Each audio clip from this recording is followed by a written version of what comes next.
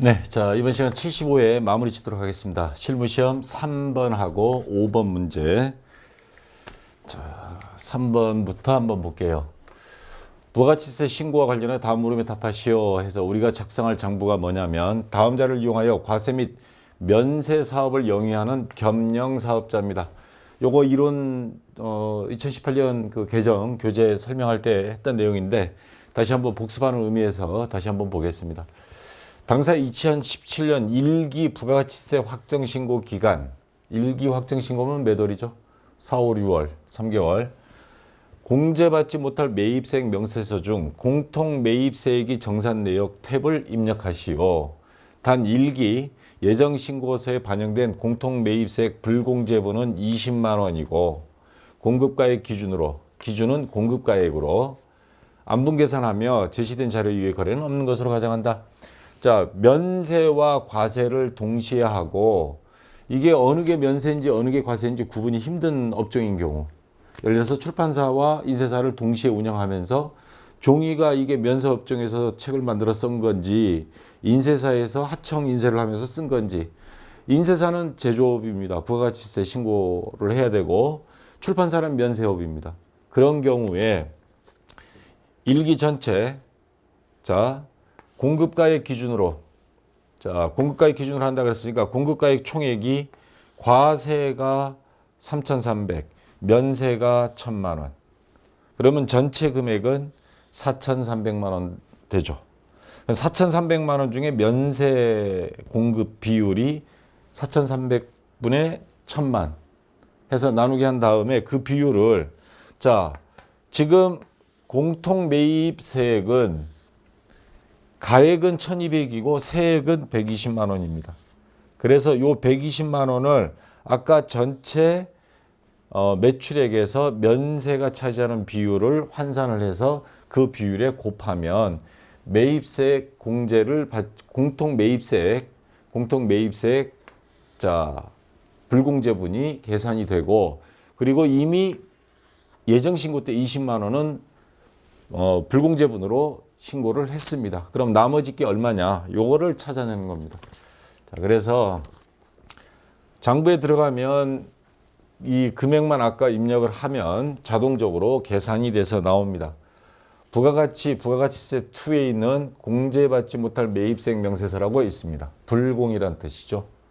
자, 여기서 공통 매입세액, 자, 공제받지 못할 매입세액 명세서 요 장부에 가서 여기 보면 세 번째 공통 매입세액이 정산 내역, 요거는 문제에 요거를 하라고 주어졌죠.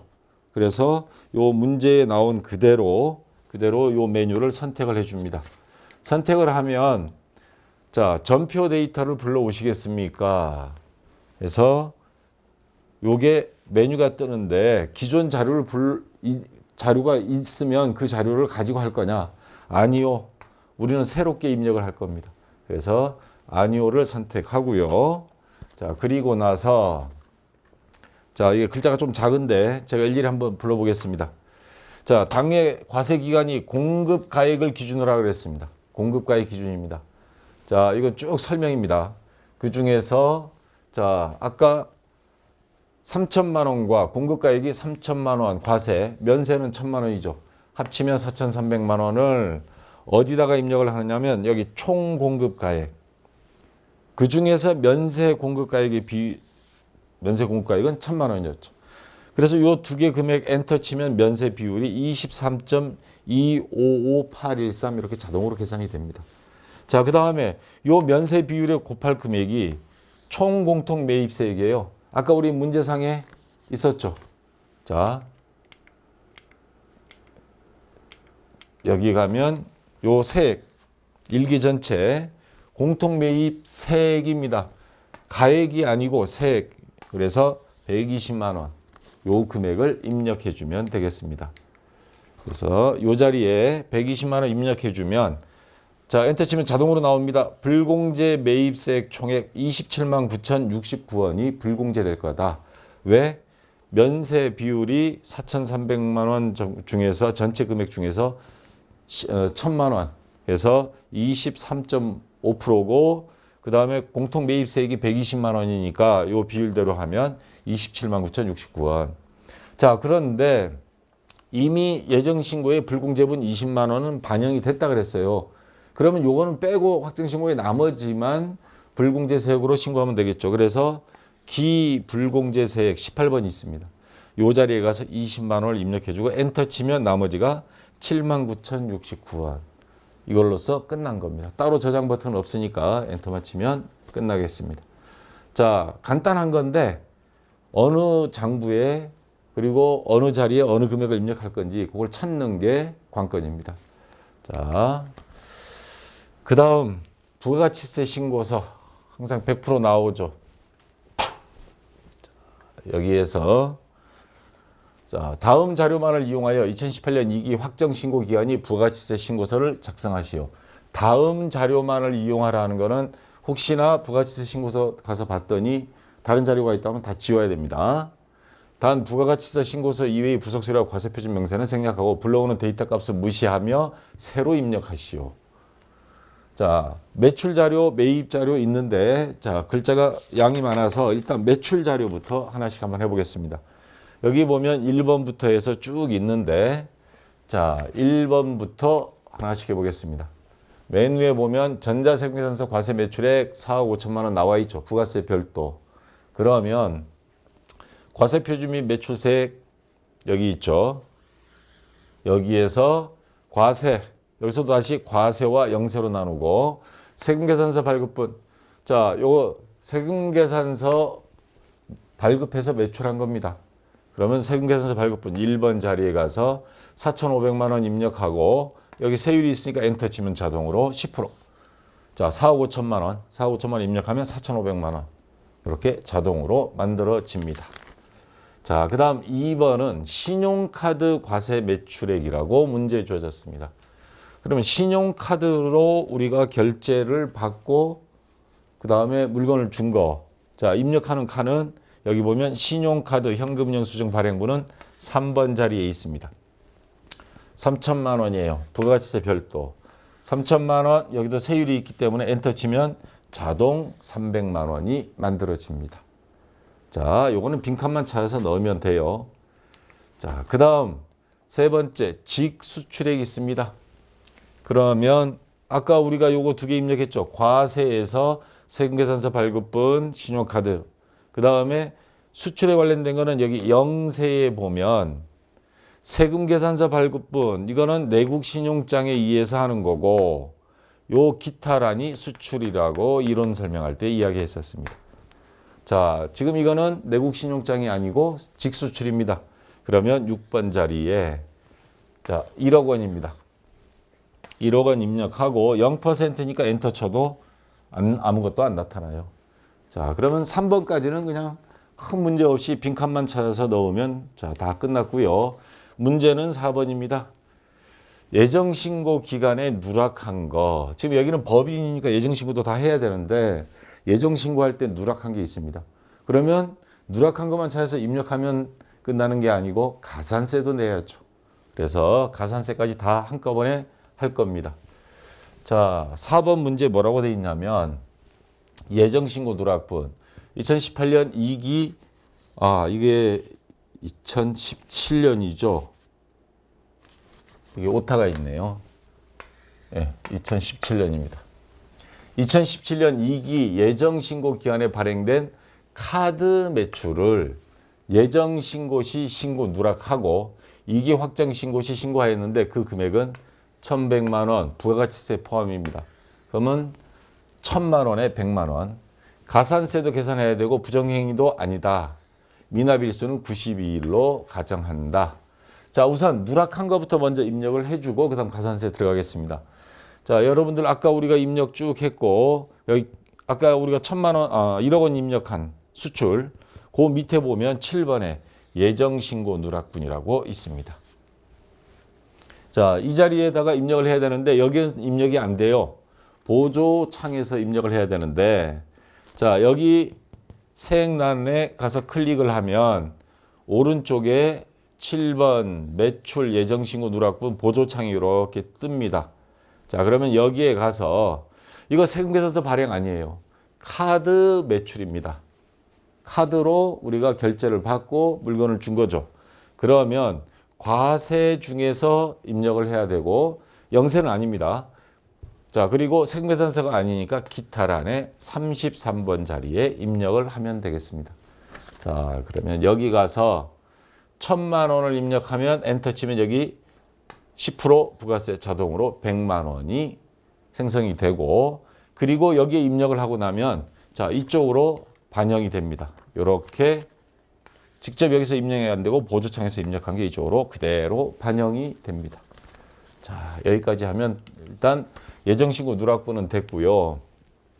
이제 누락했던 거에 대한 자, 벌을 받아야죠. 1타 2피 가산세, 자, 신고 누락한 거에 대한 거, 그 다음에 신고도 누락했고 세금도 납부도 안 했습니다. 그러면 납부 불성실까지 1타 2피 두 가지 벌을 받아야 됩니다. 자, 예정신고 누락분 아까 읽었던 그 금액 1,000만 원에 100만 원. 자, 부정행위가 아니고 미납일수는 90일. 요걸 참고로 해서 계산을 해야 됩니다. 자, 그러면 가산세는 입력하는데 이제 아시겠죠? 이 전체 글씨는 안 보일 거예요, 지금. 여기 밑에 보면 가산세 개 해가지고 25번 자리. 25번입니다. 여기 세액 쭉 내려오고 25번 쭉 가다 보면 여기에 클릭을 하면 이쪽에 이런 식으로 가산세 명세 25번 보조창이 뜹니다. 자, 이걸 확대해서 볼게요. 자, 이렇게 해서 뜨고요. 그러면 가산세 명세 25번. 자, 여기에 보면 부가율 쭉 나와 있고, 그 다음에 어떤 거는 부가율이 안 나와 있어요. 요거 몇 퍼센트를 곱하는지, 그런 거는 요쪽 위에 보면 작성 방법 켜기를 클릭합니다. 그러면 자, 이런 식으로 자, 작성 방법들이 다 나와 있습니다. 가산세는 납부 세액이 10%, 뭐 이런 식으로. 자, 지금 우리가 입력할 거는 예정 신고 때 빠뜨렸어요. 그러면 신고 불성실에 들어가는데, 자, 확정 신고 때 신고를 하고 있단 말이에요. 그럼 무신고는 아니에요. 과소 신고입니다. 예정 신고 때. 그리고 고의성이 없다 그랬습니다. 고의성이 있다 그러면 부당이 되고, 고의성이 없으니까 그냥 단순한 실수다. 그러면 일반 69번 자리에 입력을 해주면 되겠습니다. 자, 그리고 입력할 때 금액은 자, 매출액이 아니고 납부 세액의 10%라 그랬습니다. 그럼 이 자리에 세액 아까 100만 원이죠. 자, 이 자리에 69번 자리에 자, 확대해서 보겠습니다. 그리고 10% 납부 세액에 그러면 100만 원. 자, 100만 원을 입력을 이런 식으로 해요. 69번 자리에. 자, 그 다음에 요 100만 원에 대해서 아까 10%라 그러면 10만 원이 될 것 같은데 거기에 뭐라고 돼 있냐면 사용설명서를 보겠습니다. 자, 법정 신고 기간이 지난 후, 예정 신고 기간이 지난 후 6개월 이내에 수정 신고한 경우는 가산세액의 50%를 감면해 준다 그랬습니다. 6개월 지나면 20%, 1년 초과 2년 이내는 10% 감면. 그러니까 50% 감면 받을 겁니다. 아까 여기에 100만 원. 네, 10%면 10만 원인데 50% 감면. 우리가 92일이에요. 그러니까 3개월밖에 안 지났다는 소리죠. 그러면 50% 감면해서 5만 원만 입력을 해주면 되겠습니다. 이런 식으로. 자, 이렇게 5만 원이 됩니다. 그 다음에 납부 불성실도 여기 보면 그 매뉴얼 보면 나와 있습니다. 매뉴얼이 지나갔나요? 자, 불성실에 대한 건 제가 따로 안 해놨네요. 예, 요거 매뉴얼 그대로 제가 여기다 옮겨놨습니다. 거기 가면 납부 불성실 가산세율은 자, 세액에 납부 안 한 세액에 곱하기 3 곱하기 경과일수 92일이라고 그랬습니다. 나누기 만 해서 계산기 누르면 27,600원이 나옵니다. 그래서 자, 여기 100만 원 입력하고 여기는 수작업으로 입력해야 됩니다. 27,600원 이렇게 입력해 주면 되겠습니다. 이거 암기할 필요 없습니다. 외워지면 좋고요. 못 외우면 작성 방법 켜기 보면 요거 딱 나와 있으니까요. 요 자리에 커서를 71번 클릭하면 요 내용이 뜹니다. 요거 그대로 따라서 하시면 되겠습니다. 자, 그러면 가산세까지 다 끝났습니다. 부가가치세 신고서는 이제 매출에 대한 자료는 다 끝났고요. 이제 매입세액. 자, 매입세액은 이건 세금을 공제받거나 또는 환급받기 위해서 반드시 입력해야죠. 전자세금계산서 과세 매입액 세금계산서에서 2억 7천만 원을 매입했고 그리고 그에 따른 부가가치세가 2,700만 원입니다. 근데 여기 보면 별표 1, 2 돼 있는데 별표 1은 이 중에서 2,500cc 5인승 승용차 구입 5천만 원에 부가세 500만 원 있어요. 자, 요거 2,500cc예요. 공제 못 받죠? 1,000cc 이상. 아니면 법인의 경우에 9인승 이상이 되든가. 그 다음에 2번 나머지 공급가액 2억 2천만 원 부가세 2,200만 원은 고정자산이 아닌 일반 매입액으로 매입세 공제 대상이다. 그 다음에 현금 영수증 과세 매입액이 1,000만 원에 부가세 100만 원 있다. 이거 참고 이제 하고 요 3번 설명은 뭐냐? 전부 고정자산이 아닌 일반 매입액으로 매입세 공제 대상이다 그랬습니다. 자, 그럼 하나씩 자 입력을 해보겠습니다. 자, 우선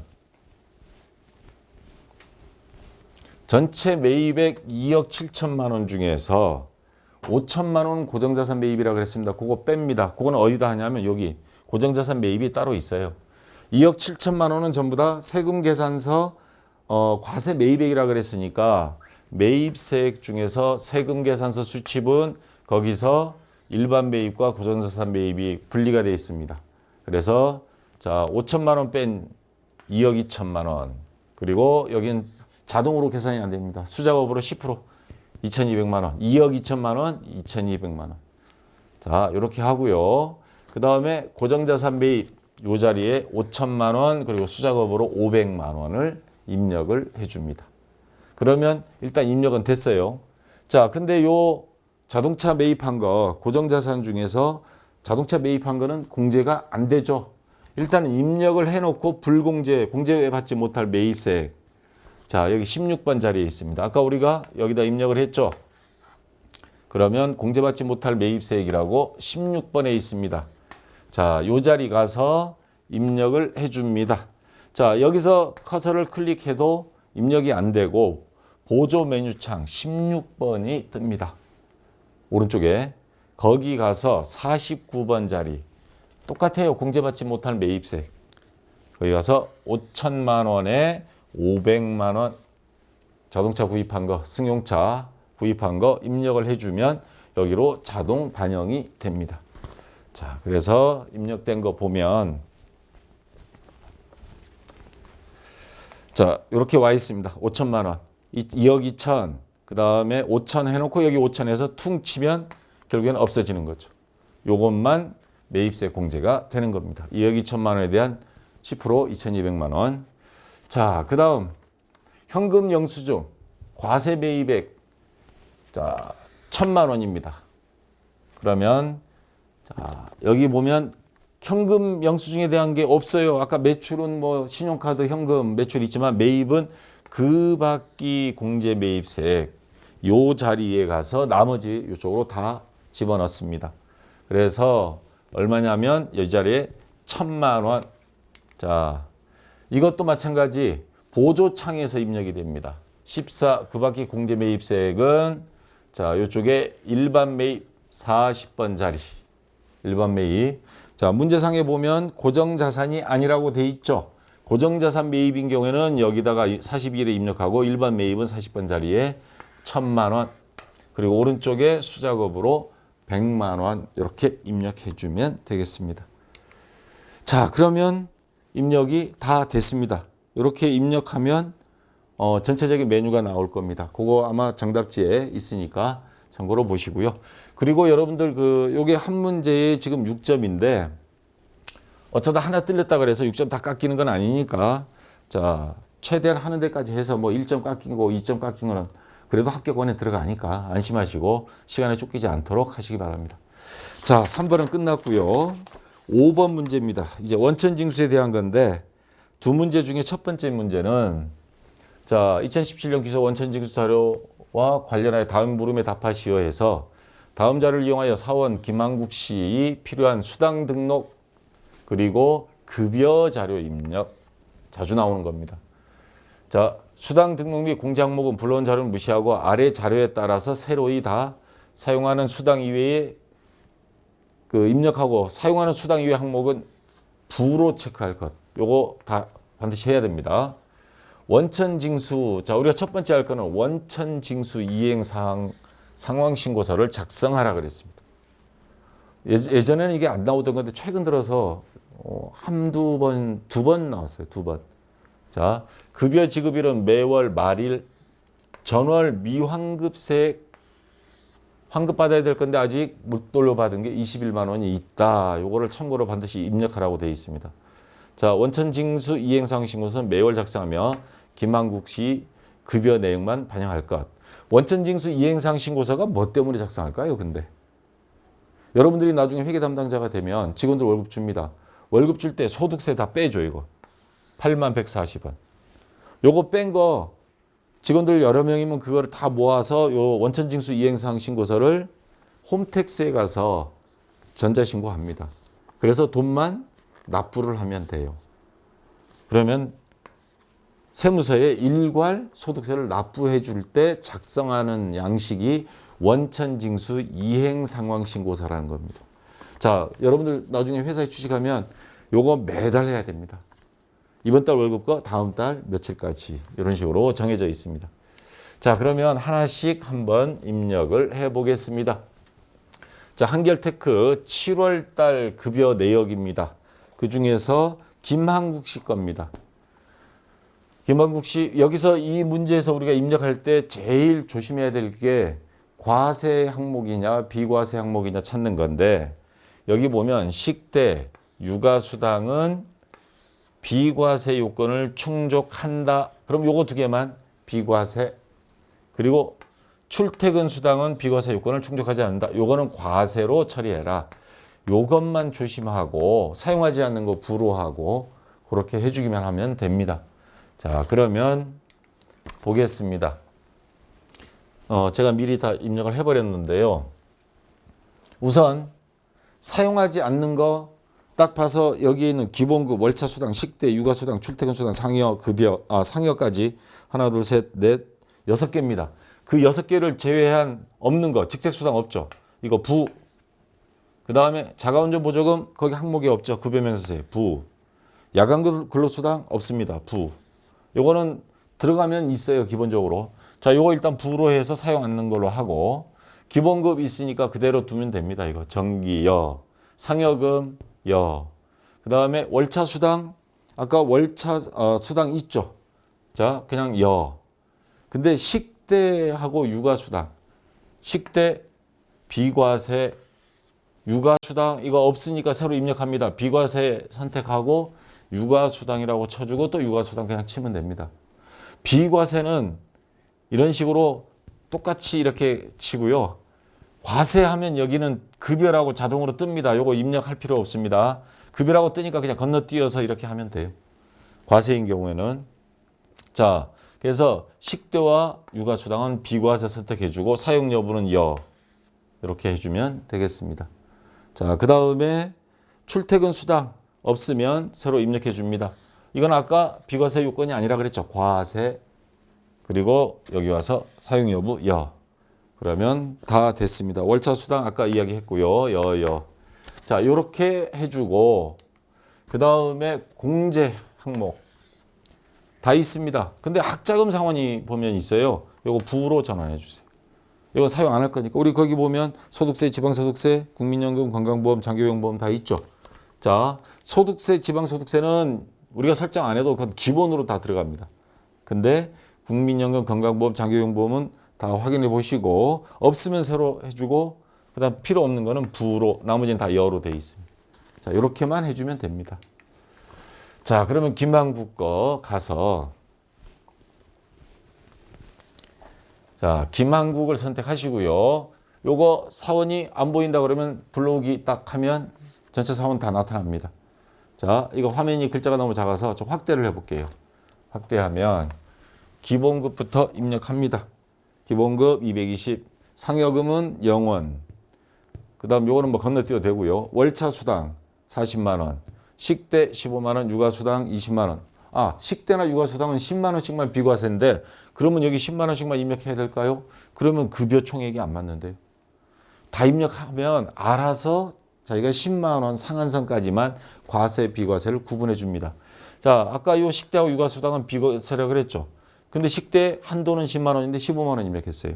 육아수당도 10만 원이 비과세 한도입니다. 20만 원 입력하니까 여기 보면 비과세는 20만 원만 뜹니다. 여기서 10만 원, 여기서 10만 원에서 20만 원만 자동으로 알아서 계산해 줍니다. 그리고 다 출퇴근 수당까지 입력하니까 급여 총액은 315만 원인데 그중에 과세가 295만 원, 비과세가 20만 원. 자, 이런 식으로 입력하면 되고요. 그 다음 국민연금 순서대로 입력합니다. 99,000원 있죠. 그 다음에 건강보험, 장기요양보험, 고용보험. 만약에 여기 금액이 안 맞을 경우에는 문제지에 있는 금액으로 입력을 수정해 줘야 됩니다. 자, 그 다음에 소득세 81,140원, 지방소득세 10%. 뭐 주민세라 그러죠. 지방세. 자, 이렇게 해서 다 입력하면 끝났습니다. 끝났는데 문제는 아까 원천징수 이행상신고서 제출하라고 그랬죠. 요 소득세 81,140원에 대한 원천징수를 하는 겁니다. 지방세는요, 요거는 국세예요. 요거는 지방세예요. 지방세는 지방세대로 따로입니다. 우리는 요것만 하면 됩니다. 소득세에 대해서 지방세까지 합쳐서 하는 거 아닙니다. 자, 그래서 요 81,140원을 원천징수 이행사항신고서에 가져갑니다. 그래서 원천징수 이행사항신고서는 어디 있냐? 자, 여기 보시면 원천징수 누르고 이쪽에 세 번째. 자, 아까 우리 급여자료 입력했죠? 원천징수 이행사항신고서를 클릭합니다. 클릭하면 자, 이렇게 나오고요. 날짜를 아까 7월 급여죠. 그러면 맨 위에 귀속기간 2017년 7월에서 7월, 지급기간 7월에서 7월. 엔터 치면 아까 우리 총 지급액 그중에 소득세가 81,140원, 여기는 합계 자동으로 생성이 됩니다. 우리가 손댈 필요 없습니다. 뭐 손댈 거 없고요. 우리가 해줄 거는 이 상태에서 아까 요 사람 81,140원을 납부할 건데 전월 미환급 있습니다. 문제상에 보면 미환급이 21만 원 있다 그랬죠. 요거 환급 받을 거예요, 소득세. 근데 81,140원은 납부할 거고.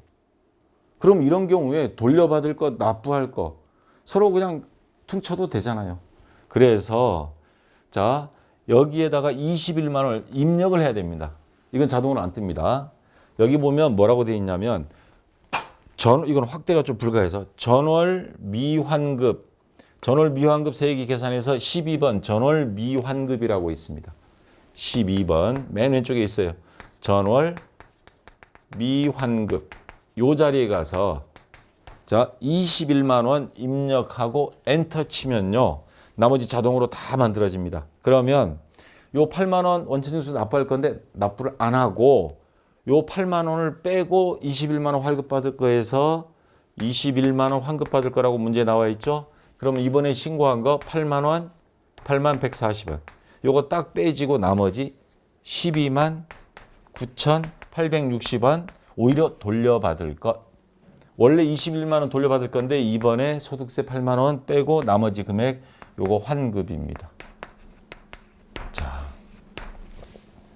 그래서 어떤 직원들은 요거 별도의 통장으로 환급 받아가지고 삥땅 하다가 걸려서 목숨을 거는 수가 있죠. 자, 이런 식으로 해서 자, 요 금액만 여러분들은 입력해주면 요 장부 끝난 거예요. 다른 거 손댈 거 없습니다. 월만 입력하고 전월 미환급 21만 원만 입력해주면 되겠습니다. 자, 됐고요. 이제 연말정산 들어가겠습니다. 요거 제일 어려워하죠. 자, 2번 문제. 계속 근무자인 맞벌이 부부 김강남 겁니다. 시 연말정산 관련 자료이다. 연말정산 추가 자료 입력 메뉴, 요 메뉴에 가서 할 겁니다. 연말정산 추가 자료 입력, 세부담 최소화를 가정하여 자 우리가 할 거 보험료 입력해야 되고요. 의료비 해야 되고 교육비, 기부금, 신용카드 공제와 관련한 연말정산 입력을 하시오. 부양가족은 모두 생계를 같이 하고 있으며 인적공제, 기본공제, 추가공제 관련된 사항은 생략하고 작성하며 부양가족이 소득공제 내용 중 김강남 본인이 공제받을 수 있는 내용은 모두 김강남이 공제받는 것으로 한다. 자, 해서 내용이 있는데 이 시험은 대체적으로 난이도가 쉬운데 제일 수험생들이 싫어하는 형태의 문제가 나왔어요. 어떤 거 보면 교육비 따로, 기부금 따로, 신용카드 딱딱딱딱 구분되어 있어서 그것만 보면서 입력을 딱딱하면 아주 쉬운데 이거는 다 섞여 있습니다. 사람 중심으로 갔습니다. 자, 이렇게 나왔을 때는요. 제일 먼저 뭐를 해야 되냐면 물론 딱딱 구분이 돼도 마찬가지지만 여기 보시면 소득 구분. 아버지 70세부터 경로우대가 되겠죠. 그 다음에 본인은 김강남 여기 있습니다. 배우자, 자녀 중에서 연령으로 안 되거나 소득으로 부양가족이 아닌 사람, 기본공제 대상자가 아닌 사람을 찾아내는 게 제일 먼저 해야 될 일입니다. 자, 우선 볼까요? 아버지 사업소득 금액 200만 원이 있어요. 아버지 기본공제 대상이 안 됩니다. 그 다음 이거는 본인이니까 상관없고요. 배우자 이예림 근로소득이 총급여가 2천만 원이 있어요. 500만 원 이상이면 안 되죠. 자, 기본공제 대상자 아닙니다. 이 두 사람 거는 안 된다는 거. 그러면 여기에서 딱 봤을 때 보장성 보험료 아버지 김신, 계약자는 김강남이고 110만 원 아버지 이름으로 가입을 했어요. 그러면 아버지 보장성 보험 요거 안 됩니다. 왜? 기본 공제 대상자가 아니에요. 자, 그 다음 배우자 보장성 보험 요것도 안 됩니다. 기본 공제 대상자가 아니어서. 자, 근데 질병치료비는 어떻게 할 거냐? 자, 그거는 지난번에 이론할 때 이야기했지만 질병치료는 이건 사람이 살아야 되는 문제인지라 나이나 소득, 기본공제 대상자 여부에 관계없이 김강남이 지출을 했다면 다 공제를 받습니다. 자, 우선 입력 프로그램 원천징수의 근로소득관리 연말정산 추가자료 입력. 여기 연말정산 추가자료 입력 메뉴에 가서 F3 전체 사원 누르면 다 사원을 불러옵니다. 그중에서 102번 김강남을 이렇게 선택을 하시고요. 자, 하나씩 한번 해보겠습니다. 여러분 교재 2018년도에 새로 개정된 교재에 보면 533페이지 제가 표로 만들어준 거 있죠. 요거를 머릿속에 항상 그려두세요. 그려두고 아까 보험료 같은 건 안 된다 그랬죠. 기본공제 대상자 요건을 따진다 그랬습니다. 동그라미는 따진다는 거예요. 의료비는 이건 사람이 죽고 사는 문제라 나이 요건, 소득 요건 이거 안 따지고 이건 가족이면 다 해주겠다. 같이 거주하고. 교육비도 소득은 이건 따진다 그랬어요. 근데 나이는 안 따져요. 이거는 왜냐면 대학생 자녀 만 20세 넣어버리잖아요. 나이 요건이 뭐예요? 만 20세 이하 또는 60세 이상이죠. 근데 교육비는 나이 요건은 안 따집니다. 기부금은 나이 요건 안 따지는데 소득 요건은 따집니다. 그래서 아까 기본공제 대상자가 안 되는 아버지와 배우자 같은 경우 자, 보험 소득 요건에 다 걸려가지고 요거는 안 되는 거죠. 자, 요 잘 인식을 해 두시고요. 기부금 같은 경우 근로자 본인은 물론 다 되죠. 정치자금 기부금이든 법정 기부금, 국가에서 운영하는 기관, 적십자회비 같은 거. 그 다음에 뭐 여러 가지 있죠. 뭐 고아원이라든가. 그 다음에 지정 기부금, 종교단체 기부금 같은 거. 아니면 뭐 국가에서 기부금 받을 수 있는 단체로 지정해 놓은 데들이 있습니다. 자, 본인은 무조건 다 되고요. 정치자금 기부금은 다른 가족들 거는 아무것도 안 됩니다. 아무것도 안 돼요. 그럼 다른 가족들은 뭐만 되느냐? 법정 기부금하고 종교, 우리 가족들이 교회 가서 헌금을 한단 말이에요. 절간에 가서 시주하고. 자, 그 다음에 그거는 여기에 들어가고요.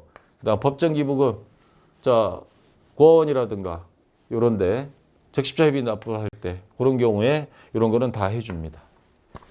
자, 그래서 아까 이야기했던 거, 자, 그걸 요 자료를 가지고 그리고 우리가 요약본 참고한 거 가지고 자, 의료비부터 하나씩 해보겠습니다. 의료비 전에 아까 보험료 있죠. 자, 보장성 보험. 거기 보면 보장성 보험을 입력해야 되는데 보장성 보험이 두 개 있어요. 요거하고 요거 두 개가 있는데 배우자와 아버지는 아까 요 소득 때문에 둘 다 안 된다 그랬죠. 소득 요건에 걸립니다. 그래서 보장성 보험은 입력할 거 없고요. 그 다음에 의료비입니다. 의료비 아까 뭐라 그랬습니까? 의료비는 나이나 소득에 관계없이 거주만 같이 하는 가족이면 다 된다 그랬죠. 그래서 문제에 보면 의료비가 누구 나왔냐면 자, 질병치료비 아버지 300만 원, 김강남이 신용카드로 했습니다. 이건 신용카드 공제도 됩니다. 자, 300만 원에 또 의료비가 누가 나갔냐면 질병치료 목적이 본인은 당연히 들어가겠죠. 자, 경로 우대에다가 본인, 그 다음에 또 의료비 나간 사람. 자, 여기 보면 질병치료비 100만 원을 김강남 신용카드로 또 결제했습니다. 자식들은 아프지 않고 건강한 것 같아요. 아무것도 없어. 그러면 자, 총 3개입니다. 3개 중에 거기 보시면 어디 갔어? 의료비가. 네, 지나가 버렸네. 자, 아까 본인 거 200만 원, 그 다음에 아버지 거 300만 원 해서 본인 경로자는 합쳐서 여기에 500만 원. 그 다음에 배우자 거 질병치료비 100만 원은 일반이라는 자리에 가서 100만 원을 입력해 주면 되겠습니다. 자, 입력하는 건 별건 없어요. 자, 그 다음 이제 뭐가 있냐면 교육비 들어가겠습니다. 교육비는 자, 아까 뭐라 그랬죠? 나이는 안 본다 그랬습니다. 소득이 있으면 안 돼요. 근데 이 문제에서 교육비 보면 교육비가 이쪽 위에까지는 아무도 없습니다. 자, 여기 밑에 보면 대학 등록금 1,000만 원, 유치원 수업료 360만 원. 두 개가 있습니다. 요거 두 개만 입력하면 되겠죠. 그리고 자식들은 뭐 소득 없습니다. 나이는 안 본다 그랬으니까 만 21세 아들 그 필요 없고요. 그래서 대학생 1인당 900만 원 한다는데 1,000만 원 그냥 있는 거 입력하면 알아서 900만 원만 자동 계산합니다. 1,000만 원 다 입력해 버리고요. 그다음에 유치원 수업료 360만 원. 예. 취약전 아동. 이것도 300만 원 한도인데 360만 원 다 입력해도 됩니다. 자, 해서 엔터 치면 알아서 나머지는 자동 계산합니다.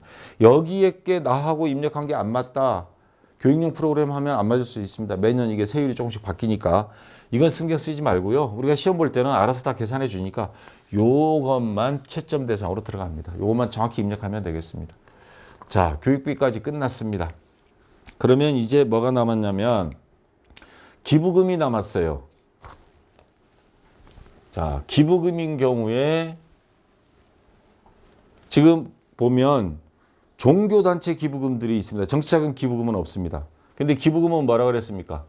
근로자 본인도 되고 가족들도 지정 기부금은 된다 그랬죠. 그래서 보면 아버지 김신, 자 거기 보면 아버지는 기부금이 없고 어머니가 기부금이 있네요. 자, 여기 볼까요? 어머니 헌금 최경자 120만 원 지출했고 그 다음에 본인은 다 된다 그랬죠. 기부금 요건을 충족하고 있다. 하늘교회 160만 원. 그 다음에 기부금이 또 있나요? 밑에 내려오다 보니까 다른 사람은 없네요. 160만 원, 120만 원.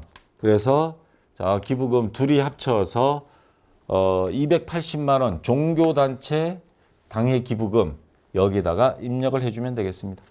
그래서 자, 이렇게 해주면 되고요. 그 다음에 신용카드 사용 금액. 신용카드에 대해서 문제 보면 자, 요거 300만 원 신용카드로 납부했죠. 그 다음 또 신용카드 납부한 게 어디 있어요? 요거 200만 원 신용카드로 납부했고 그 다음에 또 어디 있죠? 요거는 직불 카드입니다. 2,700만 원 중에서 해외 사용액이 300만 원 있어요. 해외는 빼야 됩니다. 300만 원은. 그러면 2,400만 원만 직불 카드 되고요. 그 다음에 요거 100만 원 질병치료비 아까 신용카드로 납부했죠.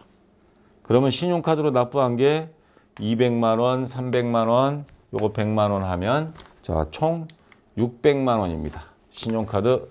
그리고 의료비와 신용카드는 중복이 됩니다. 그래서 병원에 가면 반드시 신용카드로. 그다음에 미취학 아동 학원비 신용카드로 하세요. 그러면 교육비 공제도 되고 신용카드 공제도 됩니다. 자, 요거 됐고요. 그다음에 현금 영수증은 없고 직불 카드가 아까 2,700인데 그중에서 여기 2,700만 원 있었죠. 그중에서 해외에서 사용한 거 300만 원 빼서 2,400만 원 여기에 입력을 해주면 알아서 계산이 됩니다. 15% 30% 엔터 치면 자, 그렇게 복잡하지는 않은데 막 섞여 있어서 그 다음에 소득에서 기본공제 대상 아닌 사람 2사람 그래서 이것만 잘 함정에 빠지지 않으면 그렇게 난이도가 높은 문제는 아닙니다. 자, 여기까지 해서 75회는 마치도록 하겠고요. 다음 시간에 76회 하도록 하겠습니다. 자, 수고했습니다.